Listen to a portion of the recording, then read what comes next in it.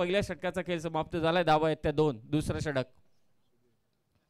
बॅटची कडा मागे चाललाय. बॉल झाले चुकी. अशाच धावा आल्या होत्या शेलूच्या विरोधात वावरलेच्या.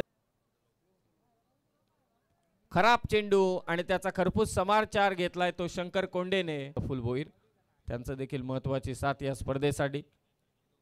पुढे आला. काय कमालीचा फटका खेचलाय. लॉंग ऑनचा फिल्डर आहे. प्रयत्न करतोय परंतु मिस टाइम स्ट्रोक. मागे चालला क्षेत्ररक्षक. जजमेंट चुकलं. बॉल सीमारेषा पार. चौकार. पुढे येऊन मारला हा फटका. अगदीच सरळ. बॉलांची केतन बामणे यांनी देखील घेतले. सोपं काम नाहीये आणि इथे फटका. लॉंग ऑन सीमारेषा पार.